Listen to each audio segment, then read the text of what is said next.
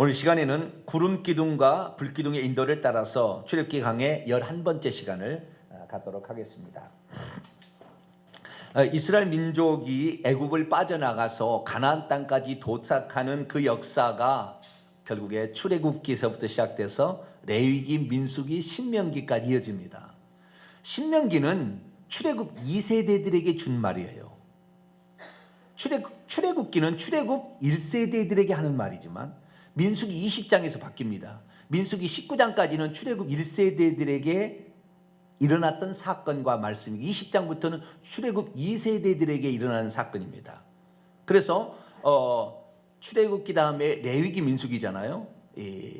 레위기는 시내산에서 하나님께서 율법을 주고 그 다음에 성막에 관한 법을 주는데 그것을 무슨 말씀을 주었는지를 얘기하는 것이 레위기서입니다. 그러니까 시내산에서 받은 그 율법의 내용 중에서 이 제사와 관련된 이런 내용들을 많이 확대된 것이 레위기라고 보시면 되겠고요. 그리고 이제 민수기 가고 민수기 넘어서 이제 민수기 중간 정도에 바뀌게 됩니다. 출애굽 2세대로. 그래서 신명기서는 모압 평지에서 출애굽 2세대들에게 모세가 유언처럼 주는 말씀이에요. 그래서 이 창출 레민신이 나가게 되는데 출애굽기, 오늘 우리가 보고 있는 출애굽기는 출애굽 1세대들, 애굽에서 종살이 하다가 나왔던 사람들, 그 사람들에게 주신 말씀이죠. 그런데 이들의 그 역사를 보게 되면 사람이 어떻게 애굽은 세상을 상징하고 바로는 사탄을 상징합니다. 세상의 임금. 그래서 애굽에서 어떻게 세상 임금인 마귀에게 속했던 우리가 어떻게 구출을 받아서 교회는 광야의 생활입니다. 광야. 사도행전 7장에 스데반 설교를 보면은 우리 조상들이 광야 교회에 있었고, 그래서 이 교회 생활이 광야 생활이에요. 그래서 이 교회 생활을 거쳐서 요단강 건너서 천국에 들어가는 거예요. 죽어서 가나안 땅에 들어가는 거죠. 이런 과정들을 그대로 설명해 주고 있는데 오늘 우리가 출애굽기 13장에 지금 왔어요. 출애굽기 13장은 출애굽기 11장, 12장 이렇게 건너서 13장 왔는데 12장에 이 유월절, 그러니까 여호와께서 이스라엘 백성을 애굽에서 구출해내던 날 밤의 사건을 기록하고 있습니다. 그래서 그때 이제 유월절 어린 양의 피를 바르는 이스라엘 집은 살고 애굽에 있는 모든 장자들과 그 다음에 짐승의 첫 태생은 다 죽어나갑니다. 그러나 이스라엘 민족만 살아서 이제 탈출하게 되는데 그 탈출하고 출발한 직후에 있었던 일이 오늘 출애굽기 13장 17절부터 21절까지 이 말씀이 지금 오늘 우리가 듣게 될 그런 말씀이죠. 자, 그러면 오늘 우리가 드려야 될 그 말씀의 핵심 내용은 뭐냐? 그것은 하나님께서 이스라엘 민족을 이끌어내실 때 초자연적으로 어떻게 이끌어냈다라는 한 부분을 오늘 공부하게 될 것이고, 또 하나 내용은 하나님께서 이스라엘 백성들을 이끌어내실 때에 초자연적으로 에담 광야까지 이끌어내는데, 이거 두 번째 수경기입니다. 에담 광야까지 이끌어내는데 그 다음부터는 구름 기둥, 불 기둥이 이스라엘 민족을 이끌어가요. 자, 이스라엘 민족이 광야에서 40년 동안 있었다고 하잖아요. 그렇죠? 그러면 그 40년 동안 있었던 이유가 어디 있느냐? 있었던 이유는 다른 게 아니에요. 구름 기둥, 불 기둥이 그들을 인도하는 데에 가서 진을 치고, 구름 기둥과 불 기둥이 떠날 때 다시 또 텐트를 걷어서 이렇게 이동을 하게 되는데, 이 민수기서를 읽어보게 되면 이들이 총 42번에 걸쳐서 진을 쳤음이 나와요. 42번을. 그렇게 이동을 하다 보니까 40년이 걸린 거예요. 내가 가고 싶어 가는 것이 아니라 하나님의 인도를 따라서 가다가 보니까 40년이 걸린 거예요. 우리의 인생도 뭐 그렇잖아요. 우리가 계획한 대로 다 인생이 된다면 얼마나 좋겠어요. 그렇죠? 우리가 계획한 대로 안 되는 거예요. 계획한 대로 안 되고 하나님의 인도를 따라서 가야 되는데, 왜냐하면 하나님의 인도를 따르지 않게 되면 반드시 실패할 거거든요. 후회할 거거든요. 그래서 우리가 하나님의 인도를 따라가야 되는 거예요. 그러면 하나님의 인도를 따라간다는 게 무엇이냐? 그것이 바로 구름 기둥과 불 기둥의 인도를 따라간다는 거예요. 그러면 구름 기둥과 불 기둥의 실체는 무엇이며 그걸 따라간다는 의미는 진짜 어떤 개념들을 포함하고 있는 것인지, 그리고 이 구름 기둥과 불 기둥은 언제 시작되어서 언제 없어졌는 것인지, 이런 것들을 역사적으로 한번 살펴봄으로 말미암아 우리가 신앙생활하는 교회 생활하는 이 교회 생활은 이 구름기둥 불기둥의 인도를 따라간다고 보면 돼요. 예, 구름기둥 불기둥 인도를 따라간다고 보는데, 그러면 이 교회 생활 가운데서 구름기둥과 불기둥의 인도를 따라간다는 것은 무엇을 따라가는 것을 말하는 것인가? 이런 것들을 우리가 종합적으로 한번 살펴보는 시간을 갖도록 하겠습니다. 우선 이 출애굽 여정에 관한 이스라엘 백성의 그 여정, 출애굽 여정에 관한 바울의 해석을 잠깐 먼저 보고 시작을 하도록 하죠. 자, 고린도전서 10장입니다. 고린도전서 10장.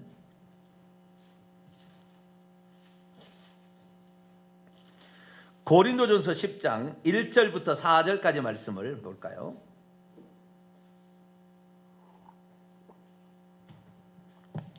고린도전서 10장 1절부터 4절까지 말씀을 한 절씩 교독해 보도록 합니다. 형제들아, 나는 너희가 알지 못하기를 원하지 아니하노니 우리 조상들이 다 구름 아래에 있고 바다 가운데로 지나며 다 같이 신령한 영적인 음식을 먹으며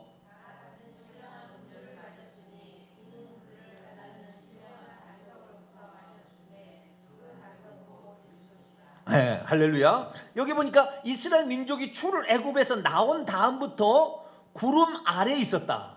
그렇죠? 구름 아래, 구름 기둥 불 기둥을 따라갔다 그 말이죠. 바다 가운데로 지나갔다. 구름 기둥과 불 기둥의 인도를 따라서 그 다음에 홍해를 건너갑니다. 그래서 바다 가운데로 지나며 구름과 바다에서 세례를 받았다. 다시 말해서 이스라엘 민족이 구름 기둥을 따라서 홍해를 건넌 것이 세례를 받은 것이다 라고 말하고 있다는 거죠. 그러니까 유월절 어린 양을 피를 바른 것은 예수 그리스도를 믿어서 자신의 죄를 용서받는 것이고, 그날 밤에 자기 집에서 양고기를 먹은 것은 예수 그리스도의 생명을 취한 것이에요. 그러니까 사람이 구원받으려면 두 가지가 필요한 것, 죄를 용서받는 것과 하나님의 생명을 얻는 것이 필요한데, 양이 바로 그 일을 한 거죠. 그래서 양의 피를 바름으로 속죄가 일어나고 양고기를 먹음으로 생명을 얻는 것입니다. 그래서 유월절 날 어린 양, 우리의 유월절 양 대신 예수 그리스도는 말미암아 구원이 시작됩니다. 구원의 서정이 시작이 되는 거예요. 서정이 시작되어서 조금 있다가 홍해를 건너가게 되는데, 이 홍해를 건너는 것은 세례를 받은 것이다. 그래서 예수 그리스도를 믿고 나서 한 1년쯤 2년쯤 지나가면 뭘 받아요? 세례를 받는 거죠. 예, 세례를 받았어요. 그 다음에 3절 4절 보니까 광야에 나가서 영적인 음식과 영적인 음료를 마셨다. 영적인 음식은 만나고 영적인 음료는 반석에서 생수 나오는 거죠. 그래서 이것을 먹고 마심으로 살았는데, 여기에 영적인 음식이라는 말이 중요한 것입니다. 이 신앙생활은 다르게 표현하자면 음식을 바꾸는 거예요. 음식을 바꾸는 거예요. 애굽에서는 애굽의 음식 부추, 파, 마늘 이런 걸 먹었는데, 광야에 나와서는 하늘에서 내린 만나를 먹었는데, 이것은 천사의 음식이라고 나와요. 시편에 보면 천사의 음식이에요. 그러니까 사람이 만든 음식이 아니라고요, 이 만나가. 그 다음에 생수가 터져 나왔는데 르비딤의 골짜기에 거기 되면은 이 산등성이 같은 데에서 물이 나오는 거예요. 흘러내려오는 거예요. 물은 산등성에 나와나요? 골짜기에 나오게 돼 있다고요. 그럼 산등성이 초자연적인 역사예요. 그래서 이 음식을 바꾸는 거예요. 음식과 물을 바꿔야 건강해지죠. 그렇지 않습니까? 네, 정수기도 좋은 걸 써야 돼요. 무슨 정수기? 청원 아니구나. 좋은 정수기가 있어, 좌우지간. 이런 정수기들이 LTL인가? 좌우지간 모르겠어요. 좌우지간 좋은 정수기를 써야 되고, 물을 마셔야 되고, 좋은 음식을 먹어야 돼요. 음식에 따라서 사람이 병들고 고쳐지고 그래요. 그렇지 않아요? 그러듯이 이 영적인 음식과 영적인 생수를 마셔야 된다 그 말이에요. 영적인 음식, 영적인 생수는 예수 그리스도를 상징합니다. 그래서 예수 그리스도의 그 말씀을 먹어서 우리의 어떤 체질을 바꿔야 돼, 체질을. 병든 사람은 늘 나쁜 걸만 먹어요. 그래서 망가집니다. 그러나 건강해진 사람은 먹어도 좋은 것만 건강을 먹어요. 저희 집 사람은 맨날 아침 보면은요, 저한테 뭘 먹으라 하냐면은 카카오 닙스를 먹으라고 그래요. 카카오 닙스가 뭔지 아세요? 응? 요구르트에다가 꿀을 딱 섞어가지고요, 카카오 닙스를 딱 넣어서 둘둘둘둘 말아가지고요 먹으면요 씹는 맛이 대단히 좋아요. 카카오 닙스는 카카오를 말려가지고 그냥 이렇게 빠순 거예요. 그래서 가루는 아니고 약간의 소금분처럼 큰 알맹이, 소금보다 더 큽니다. 이런 알맹이 정도 되는데 이걸 먹으면은 혈액순환이 좋대요. 제 얼굴이 좋죠. 그래서 아침 저녁으로 꼭 한 번씩 먹습니다. 혈액순환이 좋아지라고. 그렇듯이 이 음식을 먹는 것인데 이 음식을 세상의 지식만 먹던 것이 하나님의 말씀으로 먹게 되는 것이 신앙생활이에요. 음식을 바꿔서 체질이 바뀌어야 돼요. 그래서 세상 음식이 맛이 있던 사람이 교회에 와서 하나님 말씀 듣는 것이 더 맛있어야 이 사람이 천국 갈 사람이에요. 교회로 왔는데 설교 말씀 듣기 싫어. 정말 무슨 저는 설교 말씀을 하는지 모르겠어. 나는 TV 보는 게 나아. 그 사람은 지금 지옥으로 갈 가능성이 약간 더 많아요. 왜냐하면 체질이 안 바뀌었으니까. 아직 양식이 안 바뀐 거예요. 양식이. 그래서 우리는 교회 나와서 이 말씀을 들음으로 여러분의 체질을 바꿔나게 될 축원합니다. 따라하십니다. 나는 말씀 체질이다. 무슨 체질이에요? 말씀 체질이어야 돼. 말씀 체질이야지. 카카오 닙스 체질하면 안 되는 거예요. 그것은 있어도 되고 없어도 될 일이고 말씀 체질로 딱 바뀌어야 되는 거예요. 그것이 바로 이 신앙생활이라는 것을 간략하게 사도 바울이 요약해 주고 있습니다. 다시 본문으로 들어옵니다. 자, 이제 출애굽에서 6월절 양을 경험한 6월절 양이 예수 그리스도. 그 다음에 이제 홍해를 건너기 직전에 어디로 가서 수경을 했을까? 그리고 그때 무슨 일이 일어났는가? 이런 부분에 관하여 이제 얘기를 나누게 됩니다. 자, 출애굽기 13장 17절입니다.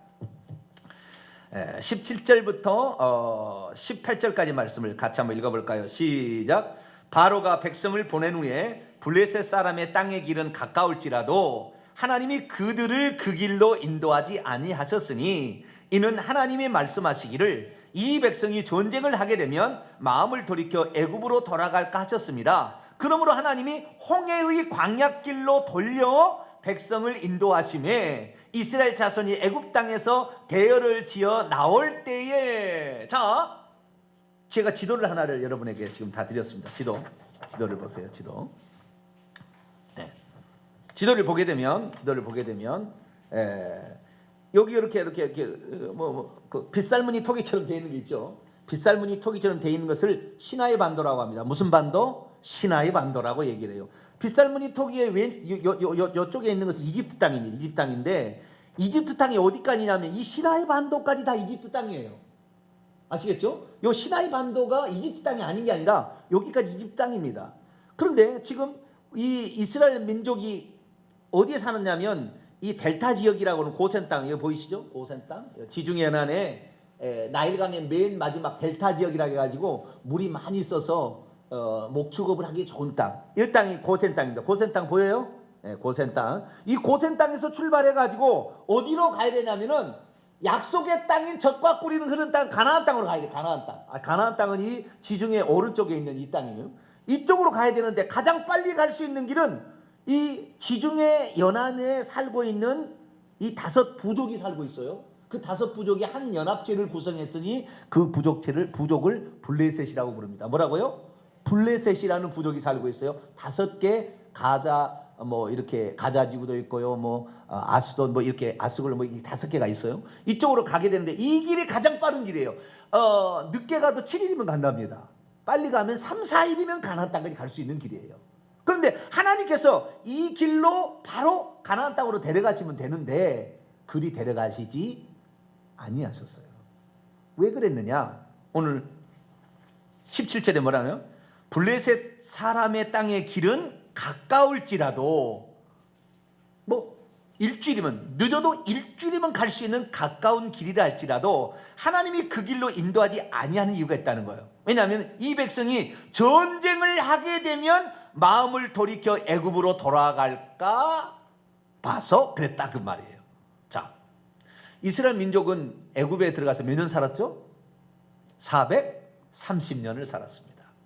1876년에서 1446년에 나와서 430년 동안 살았습니다. 그 살고 애굽 땅에서 나오게 되는데 처음에는 노예로 들어가지 않았어요. 그렇죠? 그 요셉이 애굽의 국무총리가 되어 있어가지고 7년 흉년이 찾아와. 7년 풍년이 왔다가 7년 흉년이 찾아오는데 2년 만에 양식이 다 떨어져 버렸어요. 그래서 야곱이 애굽에 가면 7년 풍년에 요셉은 창고를 지어가지고 곡식을 다 저장해서 이미 알고 있었어요. 그래서 이 창고를 지어서 거기다가 곡식을 다 저장해 놓고 있었기 때문에 7년 흉년을 대비하고 있었습니다. 그 어마어마한 곡식이 그 요셉의 곡식 창고가 다 고고학적으로 발견이 되었어요. 그래서 그런 창고에다 보관해 놨는데 흉년이 든 뒤 2년 만에 가나안 땅도 다 기근이 와서 도무지 살 수가 없는 거예요. 그래서 이 야곱이 자기 아들들을 시켜가지고 애굽에 가서 곡식을 구해오라고 그러죠. 그래서 절하고 이런 해와 달과 별들이 절한다는 그 약속이 이루어지고 그렇게 하는데 나중에 요셉이 아버지까지 데려오시오 해가지고 아버지가 70명의 가족을 데리고 애굽 땅에 갔었는데 고센 땅 그곳에서 살게 됩니다. 이집트 사람들은 목축업을 싫어한대요. 그래서 목축을 따로 하는 고센 땅에 살아라 그래서 고센 땅에 살았는데 요셉이 110세를 살고 죽고 요셉을 알지 못하는 왕이 이집트를 지배함으로 따라서 이 셈족 계열인 이스라엘 민족이 구테타를 일으켜서 이 함족 계열인 이집트인을 죽일까봐 그때부터 어떻게 하면은 이 민족을 압제를 할까 이렇게 방법을 고안해다가 나중에 이들에게 일을 시키고 나중에 이렇게 하다가 노예를 만들어 버립니다. 그러니까 처음부터 이스라엘 사람들은 노예가 아니었어요. 그런데 노예가 돼버린 거예요. 노예 생활을 제가 생각할 때는 적어도 300년 이상을 노예 생활을 한 거예요. 그리고 나왔어요. 자, 노예 생활을 열심히 했으면 노예 생활을 했을 때 가장 몸에 배인 체질이 있어요. 체질이. 노예가 됐을 때 체질. 노예가 됐을 때 체질이 뭐냐면은 노예는 좌우지간 원성을 해야 돼요. 원성을. 못 살겠네. 배고파서 못 살겠네. 이 정도로 못 살겠네. 맨날 그래야 조금 더 주는 거예요. 아시겠죠? 노예가 되면 뭐가 근성이 된다고요? 원망 불평이 근성이 된다니까요. 그래야만이 뭔가 더 주니까. 네. 그래서 이스라엘 민족은 점점 원망 불평하는 것으로 가득 찼기 때문에 이스라엘 민족의 그 습관이 광야에 나와서도 그대로 연속이 됩니다.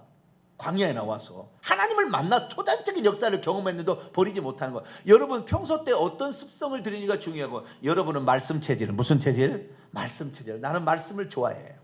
말씀 체질. 나는 사랑 체질. 무슨 체질? 사랑 체질. 나는 사랑하는 걸 좋아해. 네. 따라서 해봅시다. 나는 긍정 체질. 무슨 체질이요? 네. 긍정 체질. 저희 집사람이 저한테 시집을 왔는데요. 저희 집사님 저한테 시집 왔는데 뭘 보고 시집 왔냐니까 긍정적인 마인드를 해요. 그렇다고요. 제가 볼 것이 뭐가 있었겠어요? 그 집은 쌀밥 먹고 이 여름철에도 피서까지 가는 그런 집이었거든요. 우리는 통일에 쌀도 없어가지고 보리밥 먹고 살았어요. 그래서 쌀밥 한번 먹으면요 쌀을 아까워가지고 입에서 물이 되도록 씹어요. 삼킬 수가 없어. 이 쌀밥이 너무 맛있으니까. 그런 가난한 집에서 저는 살았어요. 그런데도 저한테 시집을 왔어요. 뭘 보고 시집 왔느냐? 정병진 목사를 보니까 항상 긍정적이래요. 할렐루야. 항상 긍정적이래요. 하나님이 함께 하시면 된다. 저는 내 질병도 이거 하나님 나와 함께 하시는데 이 질병이 이 디스크가 저는 3번, 4번, 4번, 5번에 물렁뼈가 없습니다. 지금 MRI 찍어도 없어요. 그러면 환자로 걸어다니도 못해야 돼요. 그런데도 나는 이런 환경을 보지 않습니다. 하나님이 나와 함께 하시면 병도 없는 거다 마찬가지다. 할렐루야. 그분이 채찍에 맞으심으로 너희는 나음을 얻었나. 회개치 못해서 있는 것을 회개 다 해버리고 그리고 주님을 의지하게 된다면 하나님이 성령으로 딱 붙으시게 되면 이 시멘트를 넣어서 박은 것보다 더 견고해진다 그 말이. 할렐루야.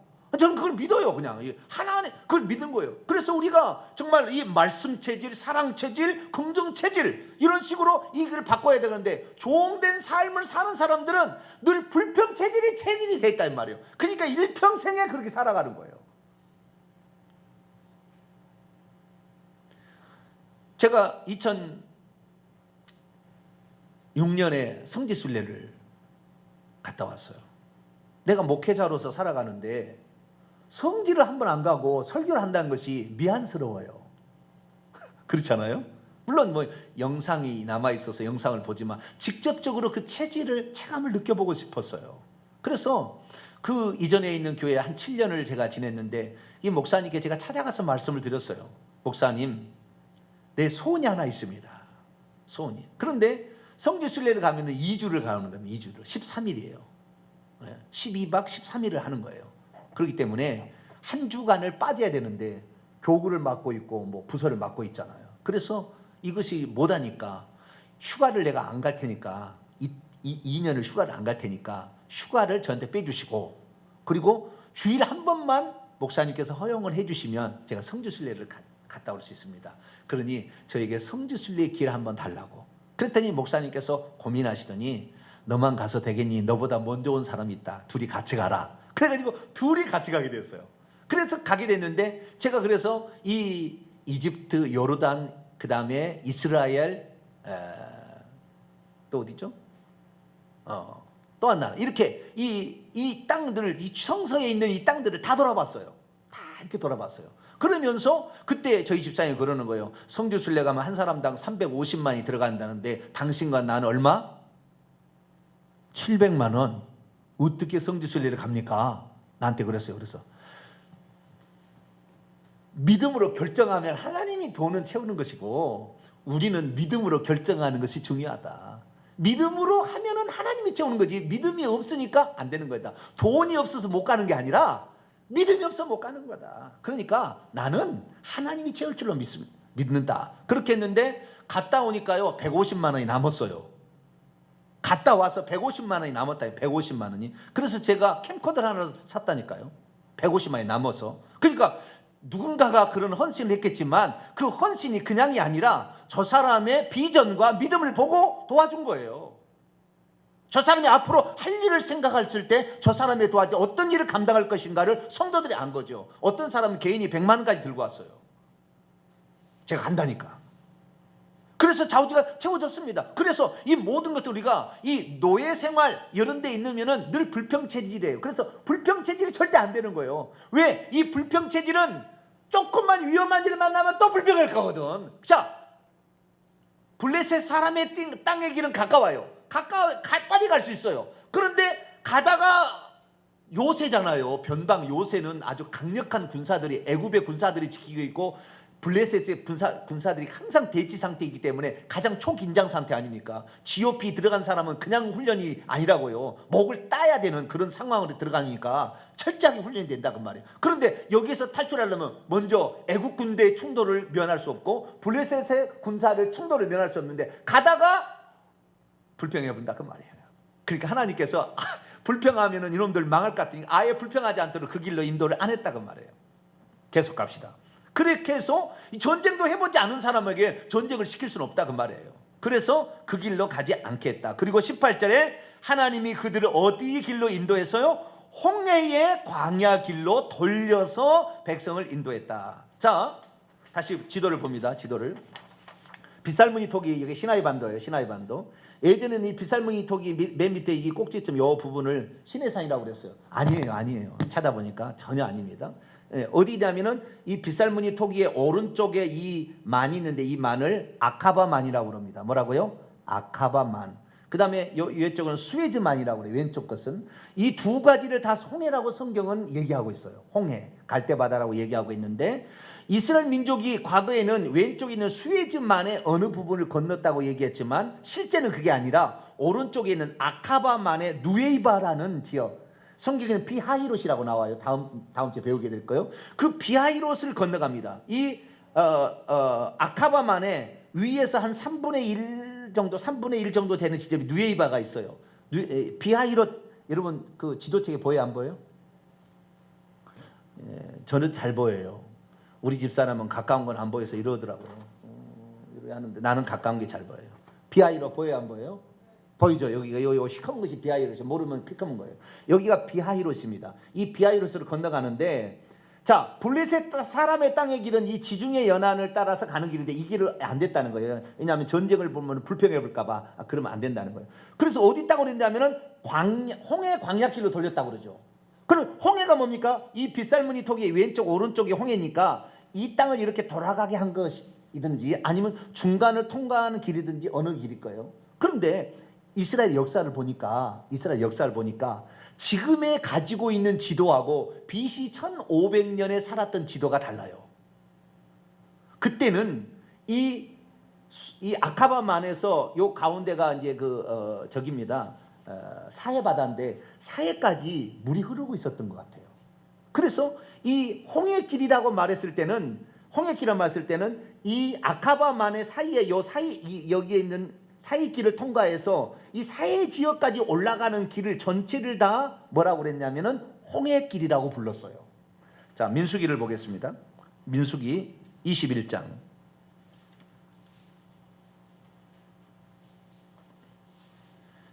민수기 21장 22절로 23절. 민수기 21장 4절을 먼저 봅시다. 4절을 보고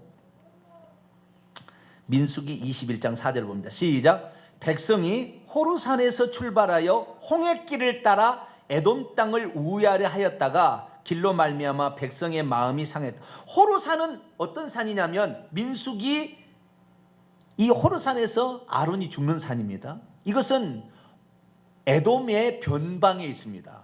에돔에서의 족속의 변방이 있는데 에돔 족속의 변방 땅이 어디냐면 다시 지도를 봐요. 지도를 보게 되면 이 홍해 여기 오른쪽 홍해의 위쪽의 오른쪽 부분을 여기를 지금 요르단 쪽이라고 표현된 여기가 에돔 땅입니다. 에돔 땅. 그 에돔 땅의 경계선입니다. 호르산이 어디 있는지 봐봐요. 호르산 나왔어요, 안 나왔어요?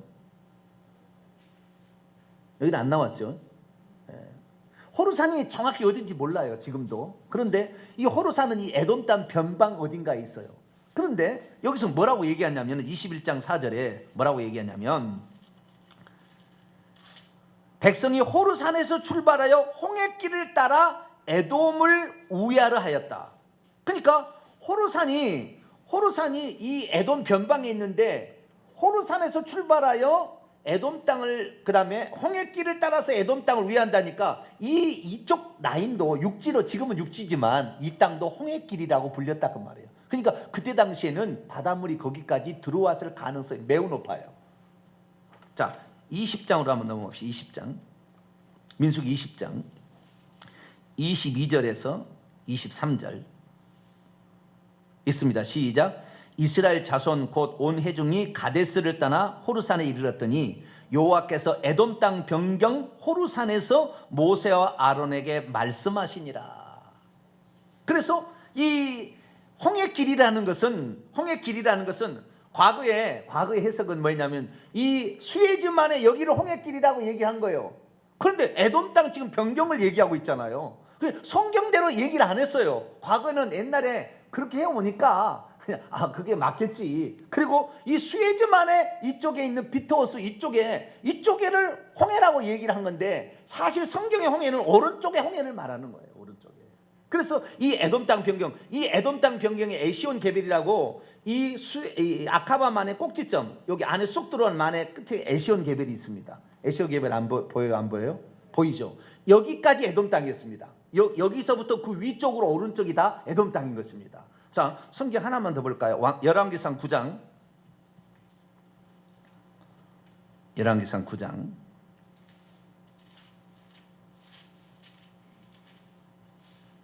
26절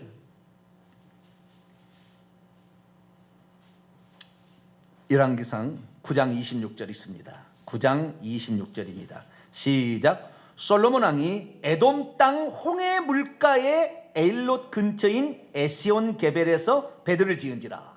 성경에 홍해가 어딘지를 딱 위치적으로 지명과 함께 포함한 말이 단 한 구절이 이 구절이에요. 열왕기상 9장 26절인데 홍해가 어디에 있느냐? 에돔 땅 홍해 물가 에시온 게벨이다. 여기 딱 나와버려요. 그러니까 우리가 홍해를 그동안에 거꾸로 잘못 알고 있었던 거예요. 옛날에 그냥 옛날에 수에즈만의 이쪽 애굽 땅 가운데 있는 이쪽만 변방이에요. 변방. 애굽 땅 변방에 에돔 족속, 미디안 족속의 경계선에 있는 여기였다 그 말이에요. 그런데 이 사실을 성경에 나와 있는데도 안 믿으려고 그래요. 지금도 이 히브리어를 연구하는 신학자들도 안 믿으려고 그래요. 왜 안 믿으려고 하느냐? 그 이유의 가장 큰 핵심이 이 다음에 나와요. 자, 이제 넘어가 봐요. 자, 다시 출애굽기 13장으로. 그걸 안 믿으려고 하는, 성경에 이렇게 나왔어도 안 믿으려고 그래. 왜 그러면 그들이 그 히브리어를 그 연구하고 구약 학자, 구약 신학 박사들도 안 믿으려고 그래. 그 왜 안 믿으려고 하느냐? 이것 때문에 안 믿으려고 하는 거예요. 어떻게 안 믿으려고 하냐? 자, 18절. 그러므로 하나님이 홍해의 광야길로 돌려 백성을 인도하심에 이스라엘 자손이 애굽 땅에서 대열을 지어 나옵니다. 그리고 20절, 그들이 숫곳에 첫 번째 진영을 치고, 첫 번째 수경지입니다. 그 다음에 광야 끝 에담의 장막을 치고요. 그 다음에 14장 2절, 이스라엘 자손에게 명령하여 돌이켜 바다와 믹돌 사이 비하이로랍 곧 바알수본 맞은편 바닷가에 장막을 치라. 그런데 왜 이 히브리어를 연구하고 구약학자들이 이 에돔 땅 에일랏이라고 하는 에시온 게벨, 그 엘랏하고 에시온 게벨은 그 바로 붙어 있는데요. 도시가 조그만 갔는데 거기부터 에돔 땅이고 그 길을 홍해길을 돌아서 가게 한다 그 말이에요. 그러니까 이스라엘 민족이 블레셋 길로 바로 가버려야 되는데 그렇지 않냐고 밑으로 돌려서 이렇게 가겠다며. 돌려서 이렇게. 아시겠죠? 왜 돌려서 간 줄 아냐면은 이 출애굽기 14장에 그게 나와요. 자, 14장 다시 한번 봐봐요. 2절 보니까 이스라엘 자손에게 명령하여 돌이켜란 말은 뒤돌아서 그런 말이에요. 뒤돌아서 바다와 믹돌 사이 비하이롯이란 말이 재밌어요. 비라는 말은 피라는 말인데 한글로 그 번역할 때 비라고 번역했는데요. 피라는 말은 입이라는 뜻인데 입, 마우스를 뜻이에요. 입구, 입이라는 말이고요. 하이롯이라는 말은 골짜기예요. 골짜기. 그래서 골짜기들의 입구입니다. 골짜기들의 입구인데 바알스본 맞은편 바닷가예요. 그래서 오늘날의 누에이바라고 하는 지역이 바로 비하이롯입니다. 꼭 이 모래톱처럼 이렇게 쫙 나와가지고 16km 정도 되는데요. 좌우로 16km 되는데 8km, 16km 되는데 여기에 200만 명이 집결할 수 있는 그런 그 모래톱이 있는 거예요. 이게 골짜기들 딱 그래서 이 산으로 막혀 있다가 골짜기로 딱 와서 모래가 가서 쫙 이렇게 홍해를 덮어놓은 거예요. 그 앞을. 이렇게 돼서 그래서 꼭 골짜기들 입처럼 생긴 비하이롯이 완전히 여기를 지금 누웨이바라고 부릅니다. 모세가 홍해를 가른 곳이라고 옛날 지도에는 나와 있어요.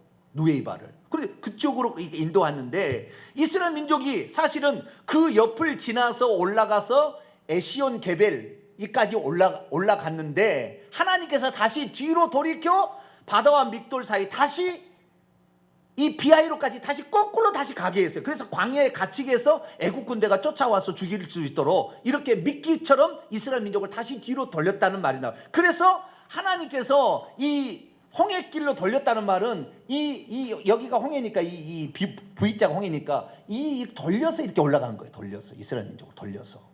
그런데 왜 구약학자들이 이 사실을 안 믿으려고 하느냐? 그것은 이 말 때문에 그러는 거예요. 이 말 때문에. 자, 출애굽기서 5장을 보겠습니다.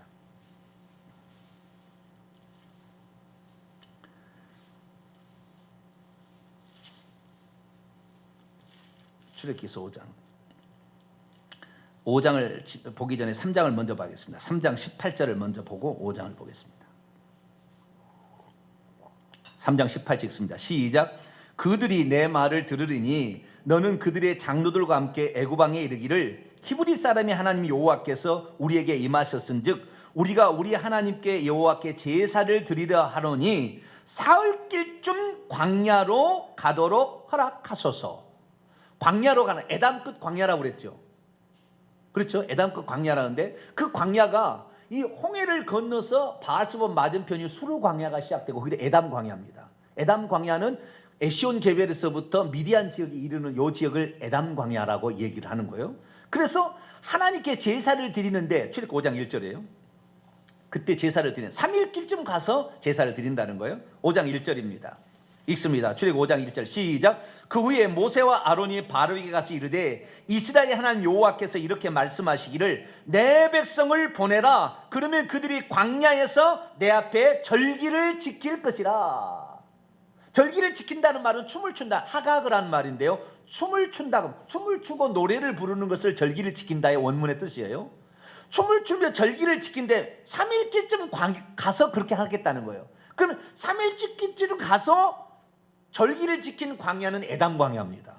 홍해를 건넌 그 에담 광야에서 춤을 추며 절기를 지켜요. 그러면 홍해를 건너서 에담 광야까지 오는데 며칠 걸려야 되는 거예요? 3일 걸려야 되는데 죽었다 깨어나도 3일간 못 간다는 거예요. 히브리 학자들이. 키로로 재면은 적어도 600에서 1000km예요. 돌아가면 1000km. 그 다음에 그냥 좀 이렇게 구불구불 이렇게 가더라도 600km를 가야만이 라암세성에서 비하이로까지, 만약에 에담국 광야 이런 데 가는 데가 600km 이상이 되는 거예요. 그런데 200만 명의 어린아이들까지 다 업고 그 다음에 소와 양까지 끌고 600km를 3일 만에 죽었다 깨어나도 못 간다는 거예요.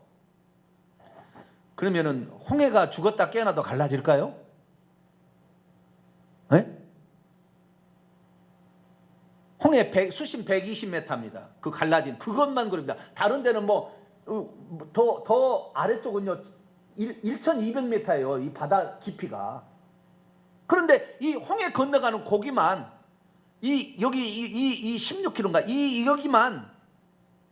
여기만 수심이 얕아요. 지금도 위성을 찍으면 나와요. 거기만. 그래서 그 물이 갈라지는데, 그러면은 그 물이 그러면은 갈라질 수 있나요? 과학으로? 그래서 성경을 우리가 봐야 된다고요. 성경을. 우리는 사람이 이해되지 않는 부분일지라도 하나님께서 초자연적으로 얼마든지 행할 수 있음을 믿어야 합니다. 할렐루야. 의학적으로는 저는 병 못 고쳐요. 평생 환자로 살아야 됩니다. 그냥 말이 안 되는 것이 있다 그 말이에요. 말이 안 되지만 하나님이 붙들어 주시면 가능한 게 있다 그 말이에요. 그럼 어떻게 이스라엘 민족이 그렇게 이동을 했을까? 출애굽기 19장에 그 답이 나와요. 출애굽기 19장에. 자, 출애굽기 19장 1절 보니까 이스라엘 자손이 애굽 땅을 떠난 지 3개월이 되던 날 시내산에 도착합니다. 3개월 만에 시내산에 도착해요. 미디안 땅의 시내산에 도착합니다.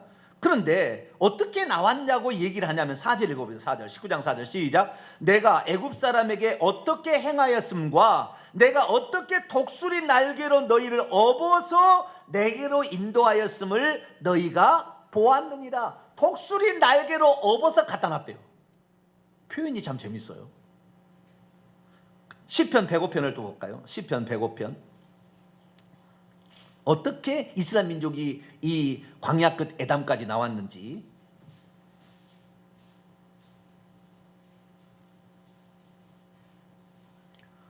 시편 105편 37절입니다. 37절 읽습니다. 시작. 마침내 그들을 인도하여 은금을 가지고 나오게 하시니 그의 지파 중에 비틀거리는 자가 하나도 없었도다. 그날 몸살 거린 사람이 있어요, 없어요? 있었겠죠. 있지 않았겠어요, 그죠? 그날 애를 막 낳으려고 그냥 배가 남산만큼 이렇게 된 사람 있었을까요, 없었을까요? 그 전날 일하다가 다쳐서 다리 하나가 고장 나가지고 이게 다쳐가지고 쩔룩쩔룩 하는 사람이 200만 명 중에 한 사람이 있었을까요, 없었을까요? 있었겠죠. 그런데 성경은 뭐라고요? 그 지파에 비틀거리는 자가 하나도 없었다. 그러면 하나님께서 말이 안 되지만 초자연적 역사로 그렇게 이끌어낸 거예요. 초자연적 역사로. 그러니까 우리가 뭘 하냐면 하나님의 전능하심을 믿어야 돼요. 할렐루야. 하나님이 행하신다고 하나님의 말씀은 그대로 이루어진다고 믿어야 돼요.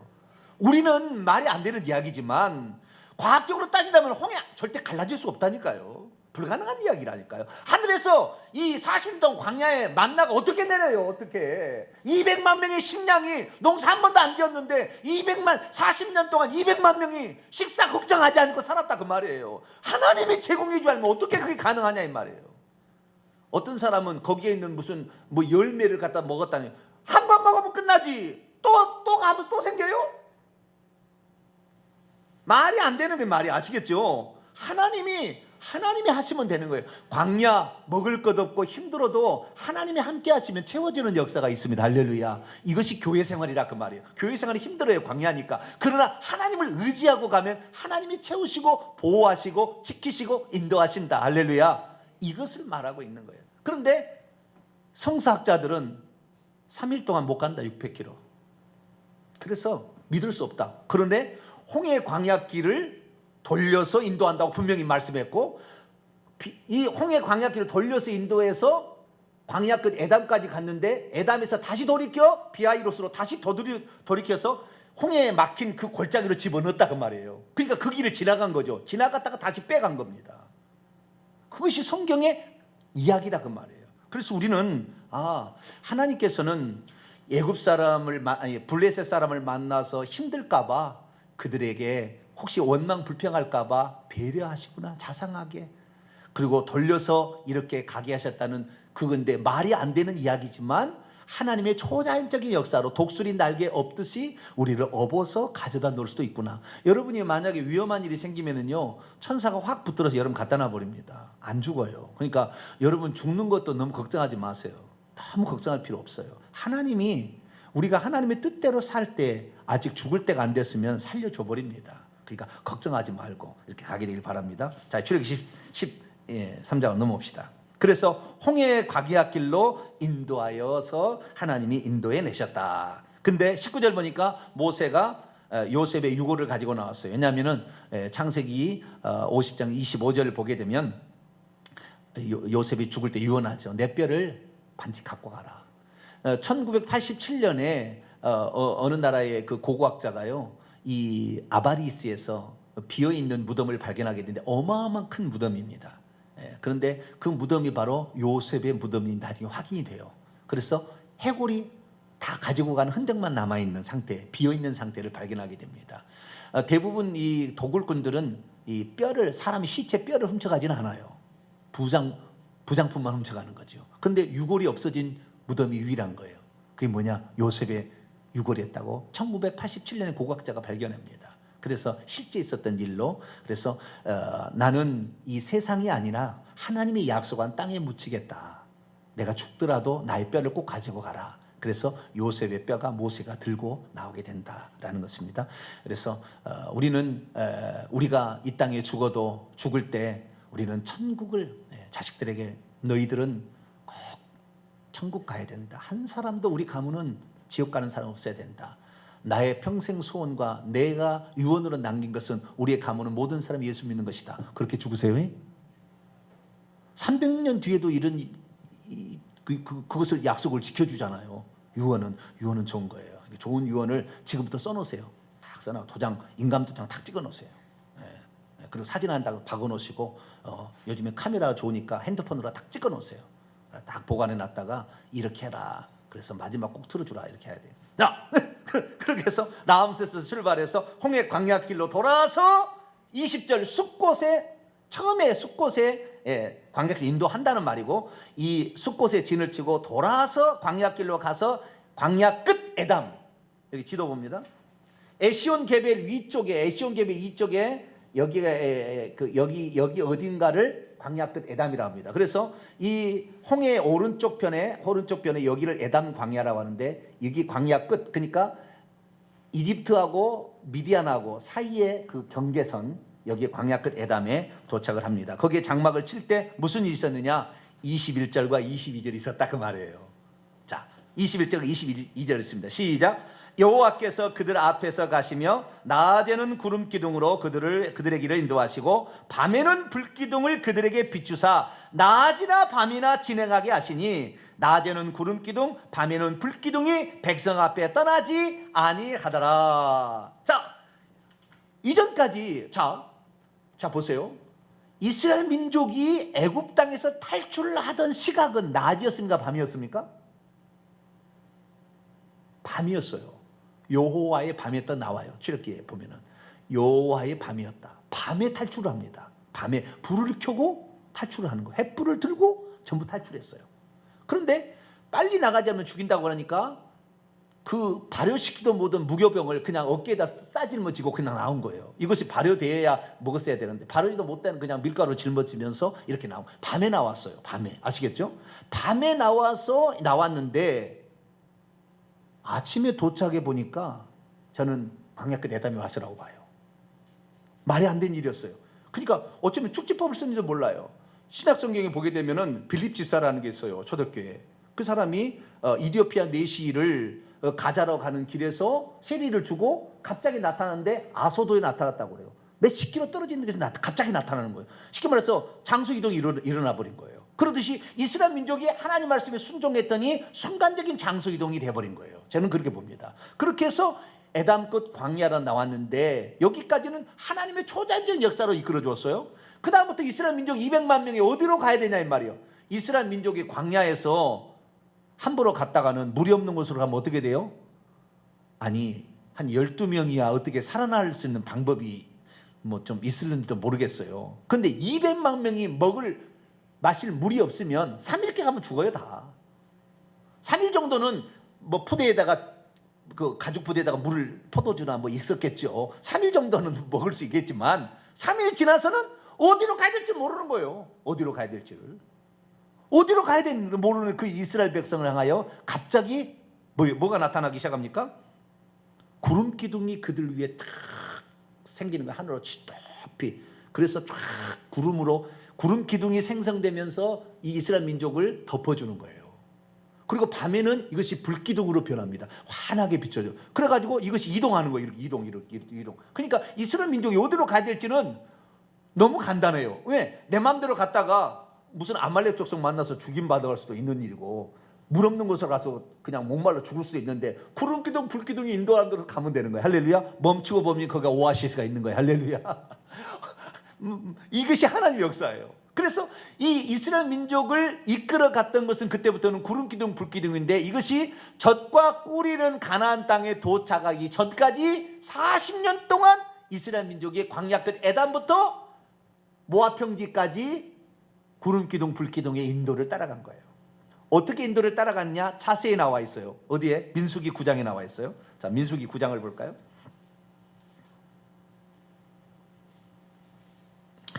자, 여기에서 우리가 그동안에 제가 하지 않은 얘기를 이제 하겠습니다. 민수기 9장 15절부터 보게 될 건데요. 자, 이 시간이 이제 많이 좀 지체가 되어서 어쩔 수 없네요. 사다 보면 항상 1시간 하게 되는데 이금선 집사님 네, 어쩔 수 없습니다. 네, 어쩔 수 없습니다. 자, 구름 기둥, 불 기둥의 안내를 따라간다 그 말이에요. 따라갔는데 이 중요한 게 뭐냐면은 구름 기둥, 불 기둥의 안내를 따라가다가 어느 순간부터 하나님 말씀에 인도하고 합쳐집니다. 그 다음에 구름 기둥, 불 기둥은 없어지고 하나님 말씀만 따라가게 돼요. 그러면 언제 그러느냐? 이스라엘 민족이 석 달 만에 시내산 아래다 진을 쳤다겠죠. 그렇죠. 그리고 율법을 받아요. 시내산 올라가서. 그 다음에 율법만 받는 것이 아니라 출애굽기 25장부터는 성막에 관한 법도 받습니다. 하나님의 집을 지으라는 거예요. 하나님을 만날 장소를.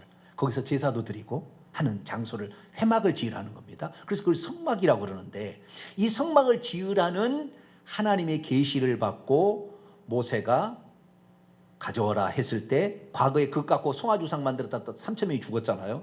다 가져온 거예요. 하나님께 드려야지. 그래서 차고 넘으면 금은 녹 무슨 수많은 해달에 가지고 뭐 다 가져왔어요. 그래서 성막을 짓는데 성막을 짓던 것이 출애굽 후 1년 딱 1년 된 출애굽 후 1년 되던 날에 성막이 완성이 됩니다. 여기 민수기 들어가기 전에 출애굽기 40장을 볼까요?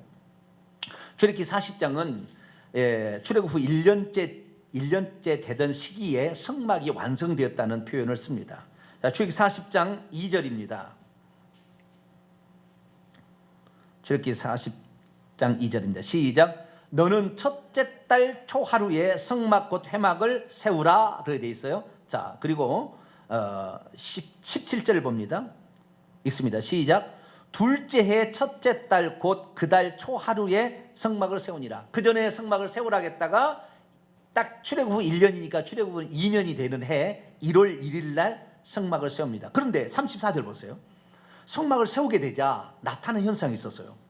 구름이 회막에 덮이고 여호와의 영광이 성막에 충만하며 모세가 회막에 들어갈 수 없어. 이는 구름이 회막 위에 덮이고 여호와의 영광이 성막에 충만하니었으며 구름이 성막 위에서 떠오를 때는 이스라엘 자손이 그 모든 행진하는 길에서 앞으로 나갔고 구름이 떠오르지 않고 멈춰 있을 때는 떠오른 날까지 거기에서 나가지 않고 멈추고 있다가 낮에는 여호와의 구름이 성막 위에 있었고 밤에는 불이 그 구름 가운데 있음을 이스라엘 온 족속이 그 모든 행진하는 게 봐서. 그러니까 구름 기둥과 불 기둥은 똑같은 것인데 낮에는 구름 기둥이고 밤에는 불 기둥이야. 똑같은 거예요. 똑같은 것인데 이것이 이동하면은 이스라엘 민족도 이동하게 됐는데 출애굽 후 1년 시내산까지 도착하기 전까지는 구름기둥 불기둥만 인도를 땄다가 성막을 출애굽 후 1년 만에 성막이 딱 지어지게 되니까 성막 위에 구름이 머물렀었단 말이에요. 성막 위에. 그리고 성막 위에 구름이 이동하면 성막도 뜯어. 그래가지고 이동을 합니다. 이렇게 그 성막 안에 법궤가 있는 거예요. 법궤, 하나님 말씀이 들어있는 법궤가 있는 거예요. 그래서 이 법궤도 이동을 하다가 구름이 멈추는 장소에 다시 또 텐트를 치워. 몇 번을 그랬다고요? 42번을 텐트를 뜯었다 붙였다 하는 거예요. 이것을. 그래가지고 이동해서 모압 평지가 마지막이에요. 그리고 들어갑니다. 그런 다음에 모압 평지 이후에는 구름 기둥 불기둥이 사라집니다.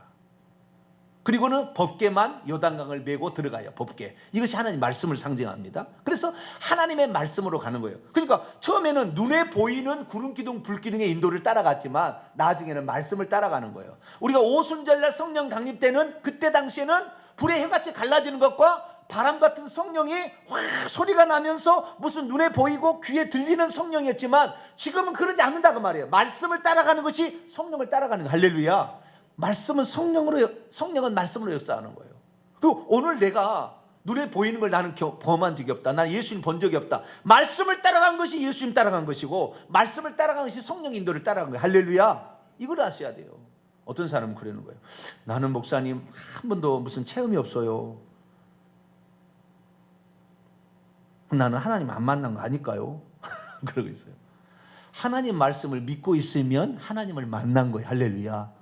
그 말씀이 곧 구름기둥 불기둥이고 구름기둥 불기둥이 하나님이 그곳에 함께 하신다는 표적이었으니까.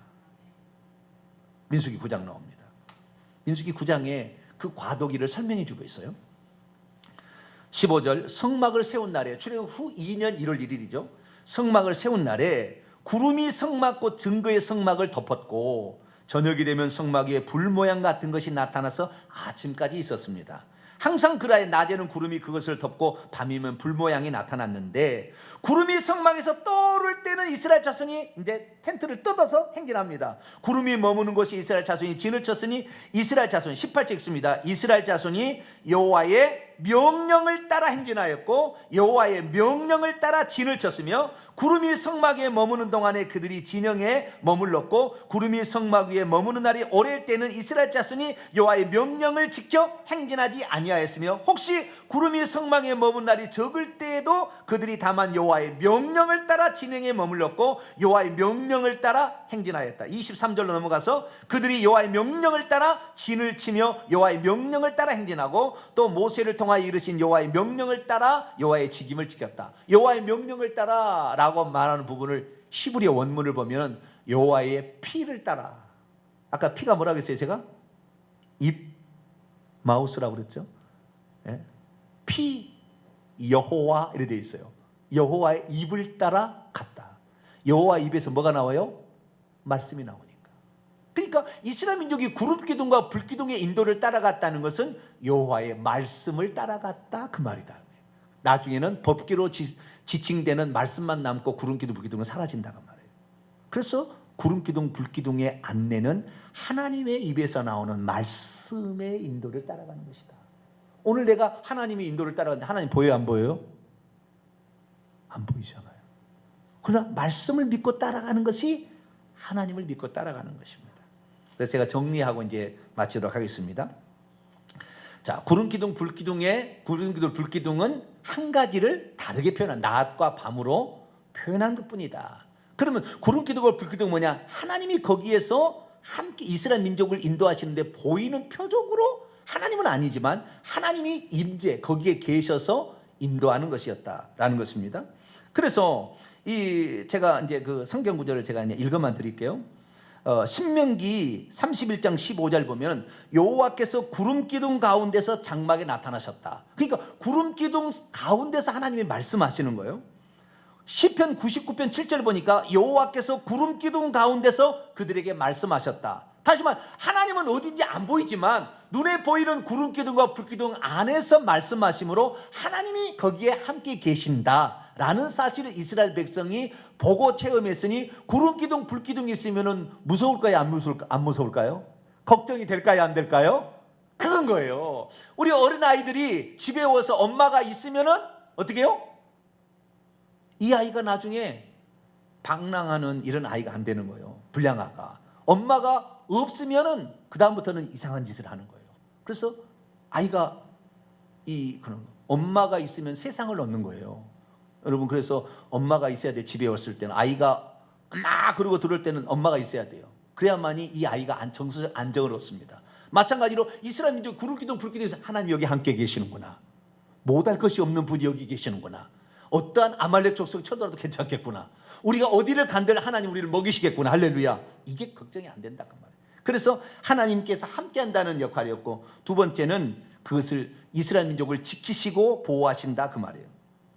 그것이 바로 출애굽기 14장에 나오는데, 나중에 출애굽기 14장 읽어보게 되면 애국 군대가 뒤쫓아 왔을 때 구름 기둥이 뒤로 옮겨지자 애국 군대가 추격을 못합니다. 더 이상 못 쫓아. 왜? 하나님께서 두려움을 줘버리니까. 그래서 구름 기둥 불 기둥은 하나님이 거기에 함께 계신다는 말뿐만 아니라 하나님이 그 백성을 지키신다라는 의미도 있다 그 말이에요. 세 번째는 뭐냐면 그 민족을 인도하신다. 인도하신다. 자, 성경 한 구절 봅니다.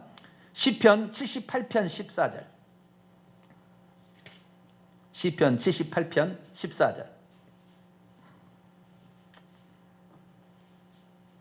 시편 78편 14절 읽습니다. 시작. 낮에는 구름 기둥으로 밤에는 불빛으로 인도하셨으며. 어디로 가야 될 때 여러분 구름 기둥 불 기둥을 따라가면 됩니다. 그것이 말씀이었으니까 말씀을 따라가면 되는데, 오늘날의 말씀은 짬뽕 돼버렸어요.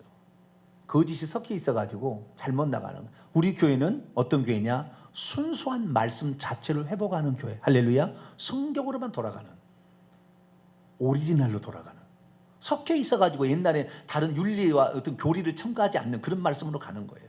그래서 순수한 구름기둥 불기둥의 인도를 따라가는 거예요. 그래서 여러 군데 나옵니다. 그래서 이 구름기둥 불기둥은 하나님이 거기에 함께 계신다, 그 다음에 그들을 지키신다, 그들을 인도하신다는 이 세 가지 역할을 하게 된 거예요. 그러면 그 구름기둥을 통하여 그럼 어떻게 역사했는가가 나와요. 성경에 보면 어떻게 역사하는지. 그것은 천사가 그 속에 있어서 활동했습니다. 자, 출애굽기 14장을 볼까요? 19절. 다 왔습니다. 출애굽기 14장 19절. 구름기둥 불기둥으로 이스라엘 백성을 지키시고 인도했다는데 그게 천사를 시켜서 하나님이 한 거예요.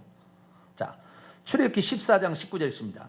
19절부터 20절까지 시작.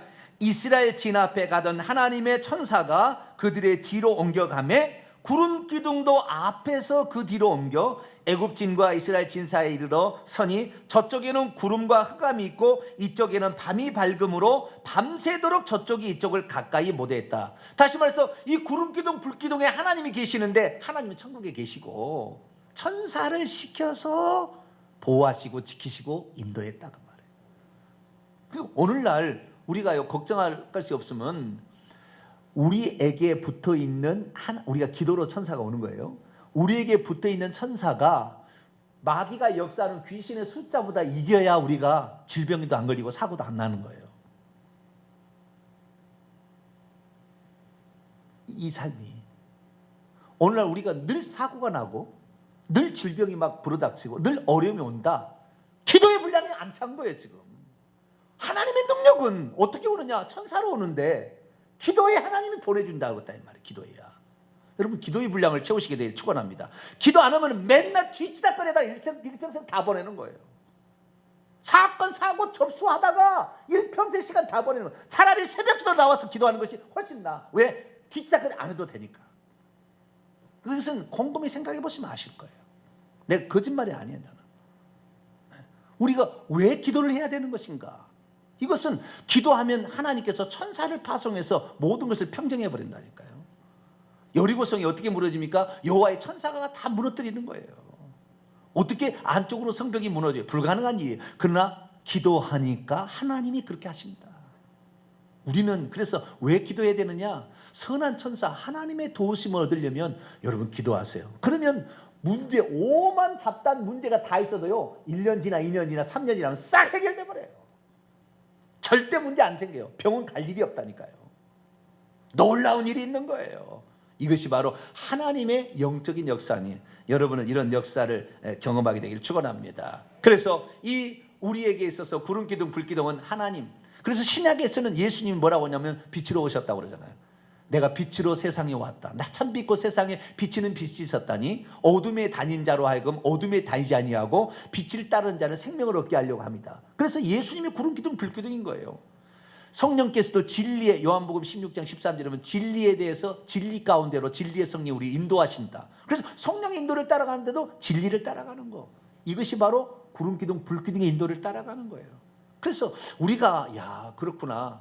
우리가 하나님의 말씀을 견고히 붙잡고 따라가게 된다고 한다면 안전하고 부족함이 없고 하나님이 함께 계시니 귀신이 우리를 침범하지 못하고 이런 놀라운 은혜가 우리에게 있을 줄로 믿습니다. 기도하겠습니다. 거룩하신 하나님 감사합니다. 오늘날에 수많은 사람들이 예수 그리스도를 믿지만 구름기둥 불기둥 의 역사가 어떤 것인지를 잘 모릅니다. 오늘날에는 이것이 말씀으로 바뀌어서 성령으로 예수 그리스도였지만 말씀을 통하여 우리 역사하는 것인데 이 말씀을 붙잡고